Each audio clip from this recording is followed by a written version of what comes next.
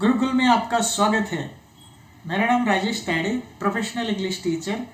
तो हमने जो नया सीरीज़ शुरू किया है जो आपकी इंग्लिश इम्प्रूव करने वाला है, उस सीरीज़ को हम आपको स्टेप बाय स्टेप बताएंगे।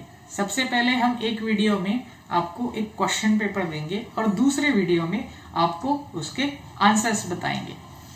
ये आप जो आंसर तैयार करते हैं ये आप हमारे व्हाट्सएप नंबर पर भी भेज सकते हैं, जिसके आंसर्स आपको व्हाट्सएप नंबर पर ही रिप्लाई किए जाएंगे। यानी कि आपकी डबल रिवीजन होने वाली है और आपको सारे रूल्स, सारे इंपॉर्टेंट चीज़ें ग्रामर के बारे में बताई जाएगी। तो चलिए ज़्यादा टाइम वेस्ट ना करते हुए हम इसे अच्छे से सीखने की कोशिश करते हैं। Let's do it. हमारा पहला क्वेश्चन है, translate the sentences from Hindi to English. मतलब हमें हिंदी से इंग्लिश में ट्रांसलेट करना है। मैं यह समझने की कोशिश कर रहा हूं। यहाँ पे जो पहला सेंटेंस दिया है वो सेंटेंस हिंदी में है और वो हमें इंग्लिश में करना है। सेंटेंस क्या है? मैं यह समझने की कोशिश कर रहा हूं।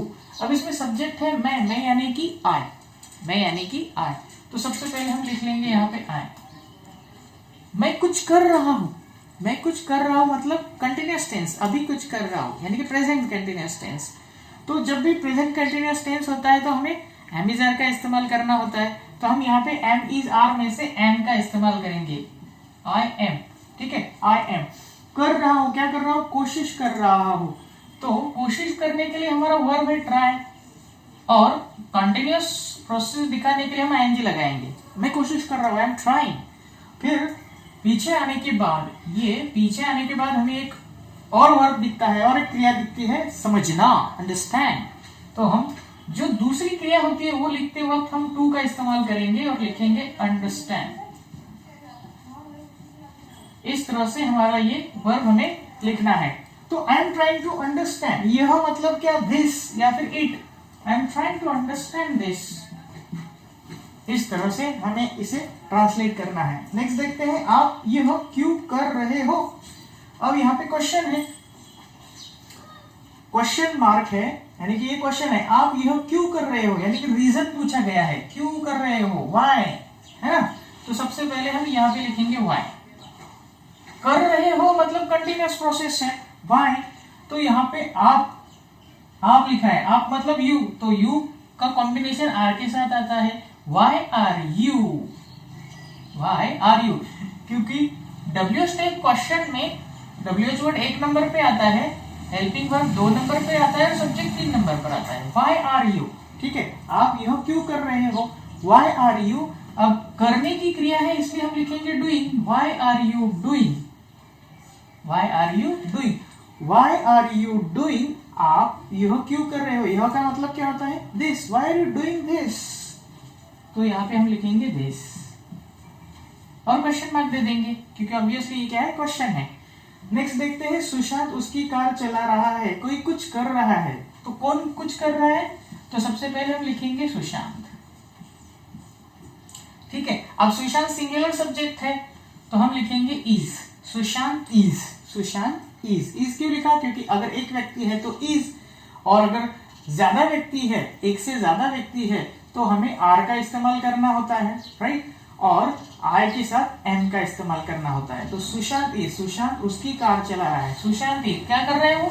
चला रहा है। किसी व्हीकल को चलाने के लिए हम ड्राइव का इस्तेमाल करते हैं, उसे आईएनजी लगाते हैं। तो सुशांत इज ड्राइविंग, क्या ड्राइव कर रहे हैं? वो कार ड्राइव कर रहे हैं। वो किसकी कार है? उसकी कार है, तो हमने लिखा हिज कार। यहाँ पे हमने हिज क्यों लिखा? Because we are talking about a boy, इसीलिए हमने वहां पे हिज लिखा। अगर यहाँ पर कोई और नाम होता तो हम यहाँ पे, मतलब जैसे सिमरन अगर नाम है तो यहाँ पे हम लिखते हर। सिमरन इज ड्राइविंग हर कार, सिमरन उसकी कार चला रही है, इस तरह से।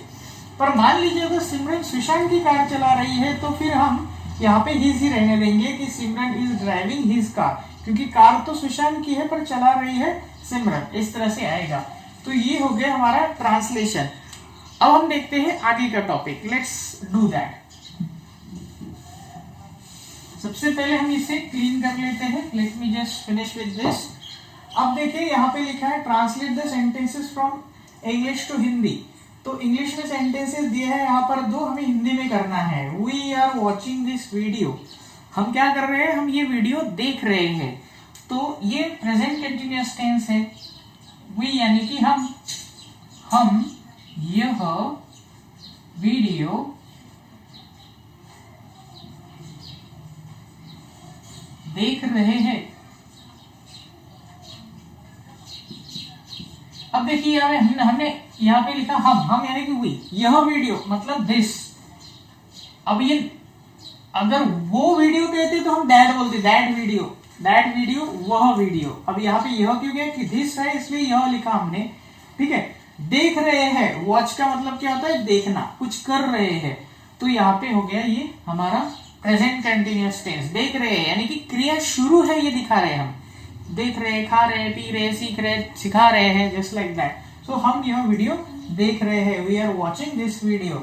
नेक्स्ट हमारा सेंटेंस है those boys are helping her. Those boys का मतलब क्या आता है, वह लड़के, वह बहुत सारे लड़के हैं। आर हेल्पिंग हर, क्या कर रहे हैं, वो मदद कर रहे हैं, किसे, उसे। तो हम क्या कहेंगे, वह लड़के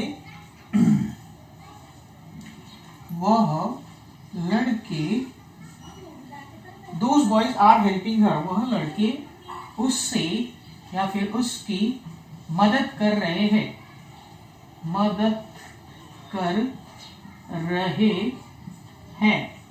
लाइक दिस है। तो ऐसे हमें सेंटेंस कंप्लीट करना है। Next, those boys are helping her, वह लड़के उसकी मदद कर रहे हैं या फिर उसे मदद कर रहे हैं। नेक्स्ट है spot the error. Spot the error का मतलब क्या होता है कि ये जो दो सेंटेंसेस है, इन दो सेंटेंसेस में कोई एरर है, कोई गलती है, वो हमें ढूंढनी है। तो देखिए हम अभी इस सेंटेंस को पढ़ेंगे। राम एंड लक्ष्मण, यहाँ पे एपोस्ट्रोफी एस है, यानी कि इनकी किसी चीज के बारे में बात हो रही है। राम एंड लक्ष्मण हॉर्स, अब हॉर्स एक ही है, we are talking about a single horse, एक हॉर्स के बारे में हम बात कर रहे हैं। राम एंड लक्ष्मण हॉर्स, तो यहाँ पे अगर एक ही हॉर्स के बारे में बात कर रहे हैं तो आर आएगा क्या, नहीं आएगा। तो यहाँ पे आएगा इज, तो जवाब क्या हो गया हमारा, इज हो गया, ठीक है। सो सेंटेंस ऐसे बनता है, Ram and Lakshman horse is here. Ram और लक्ष्मण का हॉर्स कहाँ है, यहाँ है। इस तरह से ये सेंटेंस बनेगा। नेक्स्ट है सुमन्स टीचर्स इज देयर। अब यहाँ पे देखिए सुमन्स यानी कि हम एक लड़की के बारे में बात कर रहे हैं, ठीक है, और एपोस्ट्रोफी एस दिया है, यानी कि इसका कोई है, कौन है, टीचर है। तो एक है क्या वो टीचर, नहीं, वो अनेक है। तो सुमन्स टीचर्स यानी कि सुमन के बहुत सारे टीचर के बारे में हम बात कर रहे हैं। तो यहाँ पे ऑब्वियसली ये जो हेल्पिंग वर्ब है ये सिंगुलर फॉर्म में नहीं आएगा, ये प्लूरल फॉर्म में आएगा। तो सुमन्स टीचर्स आर देयर, तो यहाँ पे आएगा आर, क्योंकि हम बहुत सारे लोगों के बारे में बात कर रहे हैं। सुमन अकेली है लेकिन जो सब्जेक्ट है वो टीचर्स है, सुमन के टीचर, तो बहुत सारे लोग हैं, इसलिए इसकी जगह आर आएगा। Fill in the blanks. Next देखते हैं हम, आई हैव कंप्लीटेड, यहाँ पे ब्लैंक स्पेस दिया है, इंपॉर्टेंट वर्क। अब देखिए इंपॉर्टेंट वर्क, ये एक सिंगुलर चीज के बारे में हम बात कर रहे हैं, एक ही काम के बारे में बात कर रहे हैं। और यहाँ पे जो साउंड आया है, ये जो साउंड आया है इसकी वजह से वॉवेल साउंड आया ना, तो एन यूज करेंगे हम। I have completed an important work, या फिर माई इम्पॉर्टेंट वर्क भी कह सकते हैं हम। Okay, I have completed my important work, इस तरह से। नेक्स्ट है शी, यहाँ पे ब्लैंक स्पेस है और अ कार है। अब किसी का कुछ है, शी हैज अ कार। अब यहाँ पे हैज क्यों आया, the most important thing is that अगर सिंगुलर सब्जेक्ट है तो हैज आता है, एक ही व्यक्ति के बारे में अगर सेंटेंस है तो हैज आता है, और अगर एक से ज्यादा लोगों के बारे में हम बात करते हैं तो फिर यहाँ पे हैव आएगा।